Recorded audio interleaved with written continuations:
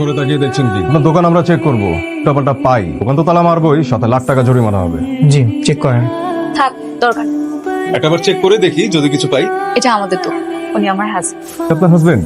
আপনি তো ম্যাজিস্ট্রেট। আমরা ভেবেছিলাম যে আপনার হাজবেন্ড হয়তো জজ বা ব্যারিস্টার হবে। কেন? আমি ম্যাজিস্ট্রেট বলে যে আমার হাজবেন্ড জজ ব্যারিস্টার হবে এমন কোনো কথা আছে? ওনার সাথে আমার বিয়ে হয়েছে আর উনি আমার হাজবেন্ড। সরি। আমি জানি এই দোকানে অবৈধ কিছু নেই, আপনারা জান আমি আসছি। একটা কথা জিজ্ঞেস করি? করো। আপনি তো বলেছিলেন আপনার বাড়িতে যেতে হলে আপনার পায়ে ধরে মাপ চাইতে হবে। না না না, পা ধরে মাফ চাইলে হবে না, তুমি আজই আমাদের বাসায় চলো। আজকে আমি অফিসের পরে সরাসরি বাসায় চলে আসবো। তুমি এসব কি করছো? আপনার জন্য নাস্তা বানিয়ে টেবিলে সাজাচ্ছি। এখন থেকে আর তোমার রান্না করতে হবে, কাজের লোক রাখবো সেই করবো। কেন?